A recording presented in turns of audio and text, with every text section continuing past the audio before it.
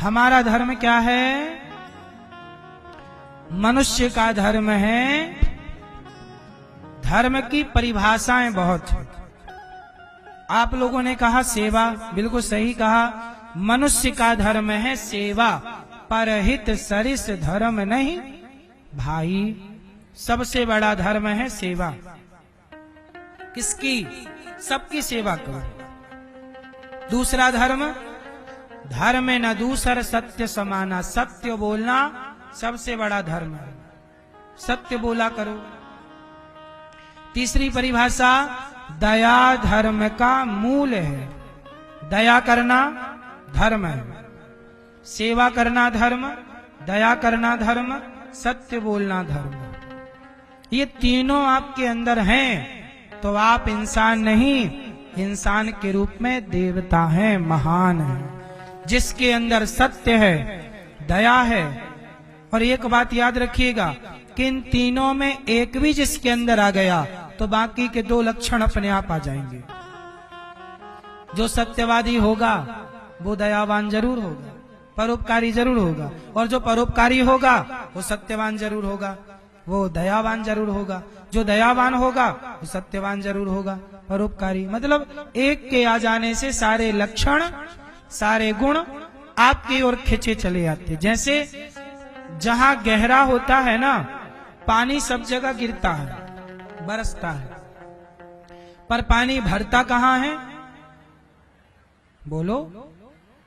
जहां गहराई, पहाड़ पर भी पानी गिरा पर रुका कहां? जहां गहराई थी। ऐसे जहां व्यक्ति के भीतर अच्छे विचारों की, सेवा की गहराई है, उस व्यक्ति में सारे लक्षण अपने आप आ जाते हैं। सिमटी सिमटी जल भरे ही तालाबा।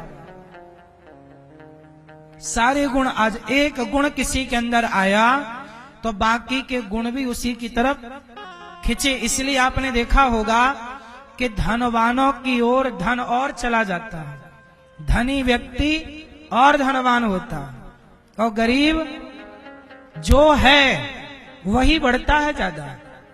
गरीबी है तो गरीबी बढ़ेगी, और धन है तो सत्य है तो सत्य बढ़ेगा, सेवा है तो सेवा, दुष्टता है तो, इसलिए दुष्ट और दुष्ट होता चलता है। 2019 में कम दुष्ट था, 2025 में वही दुष्ट ज्यादा दुष्ट है। बोलो हाँ। नहीं कहते पहले कम पीते थे अब ज्यादा पीने लग गए, मतलब पहले कम दुष्ट थे अब ज्यादा दुष्ट हो गए। क्योंकि दुष्ट है ना तो उसकी दुष्टता बढ़ेगी। भाई राजा ने लीद दी, क्या दिया? राजा ने लीद दी तो उसकी लीद बढ़ी। अब तुम शराब पी रहे हो, पिला रहे हो, तो तुम्हारा नशा बढ़ेगा। तुम्हारे जो देता है व्यक्ति वही तो पाता है। इसलिए बुरे आदमी के अंदर, किसी के अंदर एक बुराई आई तो अपने आप चार बुराइयां उसके पास आ जाती। क्योंकि जहां गंदगी होती है वहां मक्खी को निमंत्रण नहीं देना पड़ता। हाँ मक्खी बहन, यहां गंदगी है, जरा आओ। गंदगी है तो मक्खी, बोलो, अपने आप आती है। कि आप लोग निमंत्रण देते हो? हल्दी चावल आ जा। गंदगी में मक्खी अपने आप वो सूंघती है ना, उसकी इंद्री है घ्राण इंद्री, सूंघ के आ जाती है।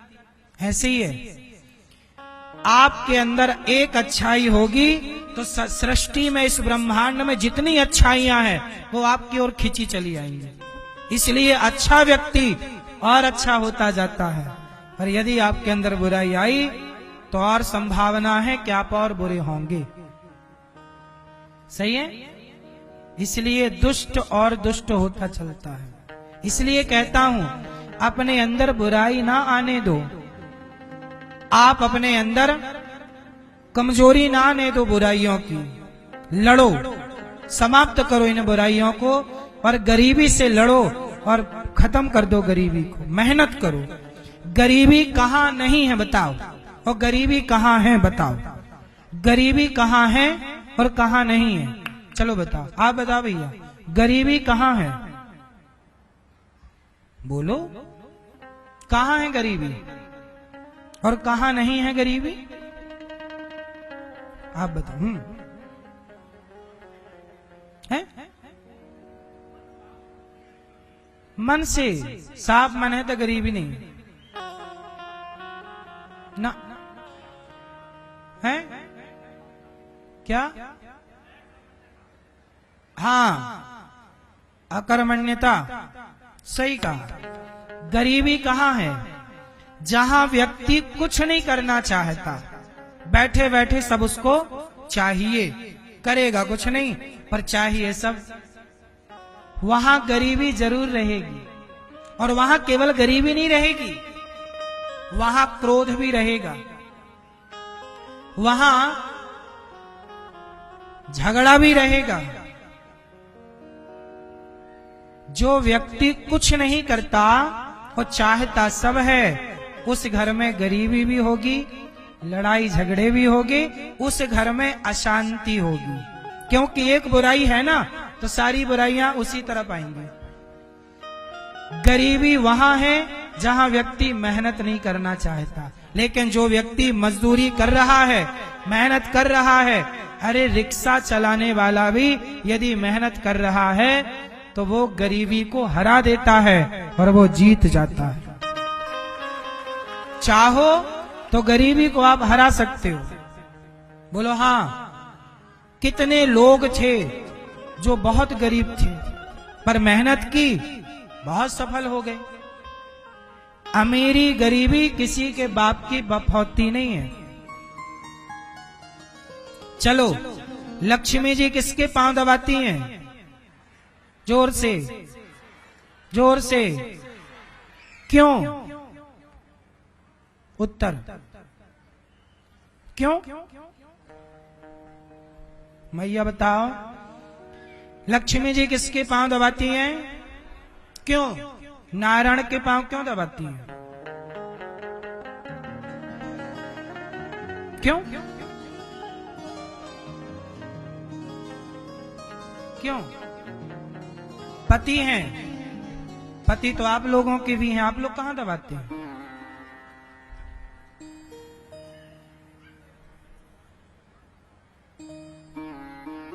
हैं? आप दबाते हैं रोज? अच्छा है। लक्ष्मी जी पांव क्यों दबाती हैं नारायण के, बताओ।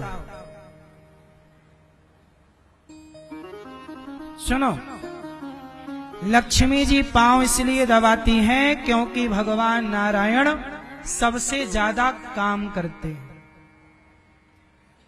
क्या करते हैं? क्या करते हैं?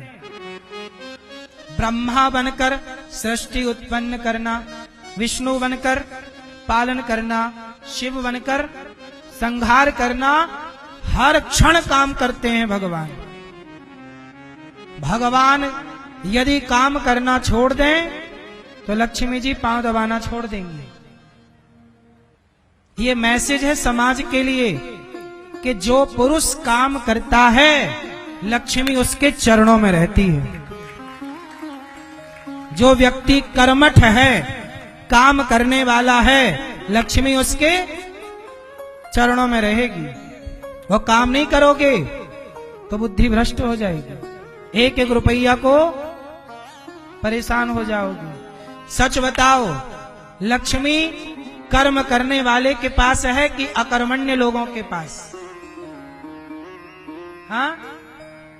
जो व्यक्ति जितना कर्मठ होगा, कर्मठ समझते हो? कर्मठ मतलब मेहनत करने वाला, रोज नया सोचने वाला, रोज नई प्लानिंग वाला, रोज नई ऊर्जा के साथ घर से निकलने वाला, उसके पास लक्ष्मी कम नहीं है, उसके पांव पे पड़ी है लक्ष्मी।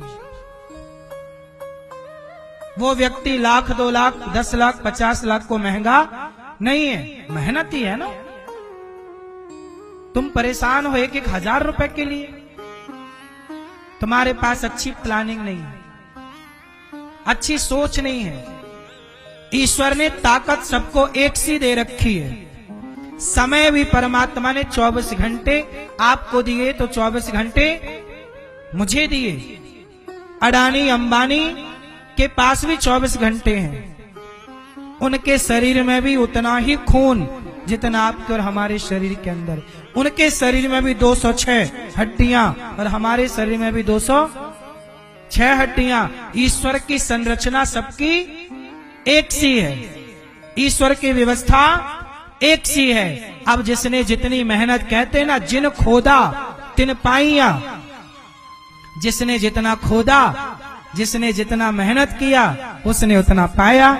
कम मेहनत किया, तुम्हारे खाते पे आंसू आए, रो रहे, हे भगवान तुमने हमें कुछ नहीं दिया, कुछ नहीं दिया। करो धरोगे कुछ नहीं, रोते रहो सारी जिंदगी।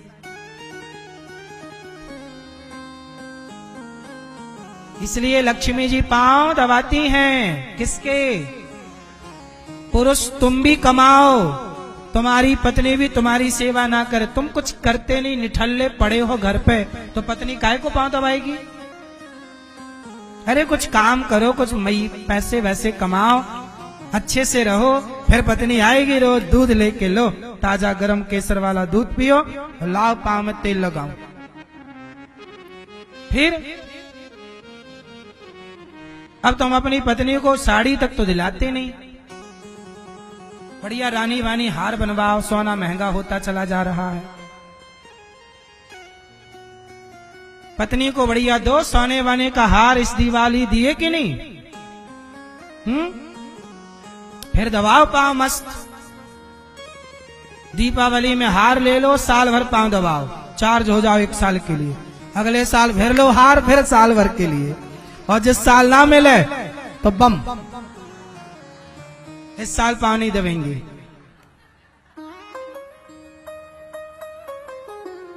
इस साल पांव दबाना बम। सही है? आपको मिले कि हार वार के नहीं है तो पांव दबाती हो पति के।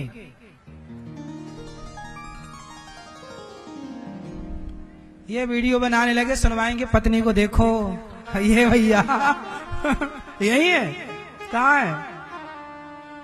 सुन रही? हाँ, और बाद में सुनवाओगे ना, देखो दबाओ पाओ।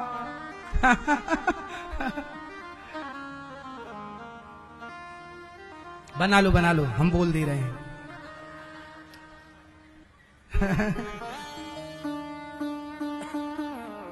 मैया तुम अभी जाने लग गई पांव दबाने?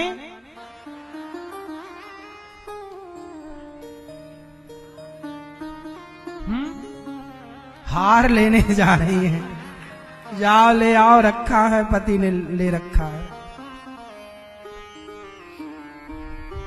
धनतेरस वाला गिफ्ट अब मिलेगा मेरे बात सुनने के बाद, है ना? मैया आपको मिला कि नहीं गिफ्ट इस बार?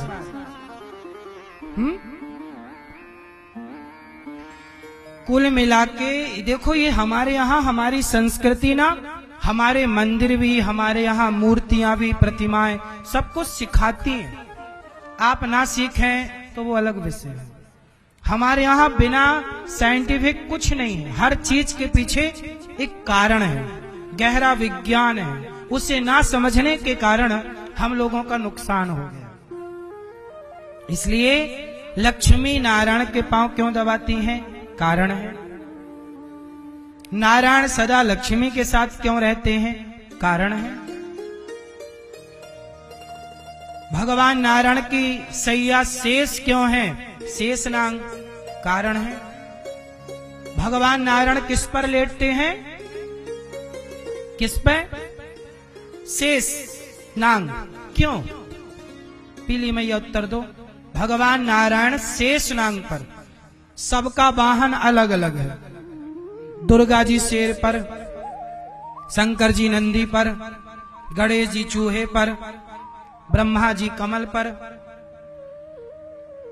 सबके अपने अपने अलग अलग वाहन हैं, अलग अलग सिस्टम है। पर भगवान नारायण किस पर लेटे हैं? शंकर जी ने सांप को कहां लटकाया है? क्यों? भगवान नारायण के पांव कहाँ रहते हैं? शेष भगवान पर। एक चरण लक्ष्मी जी की गोद में और एक पांव शेषनाग भगवान की गोद में। तो शेषनाग भगवान की गोद में भगवान के चरण हैं, तो भगवान के चरणों का स्पर्श शेषनाग को हुआ, इसलिए नाग को शंकर जी ने अपने गले में धारण कर लिया कि प्रभु के चरणों का स्पर्श इस नाग को मिला, इसलिए यहाँ ताकि प्रभु का स्पर्श मुझे प्रतीत होता रहे।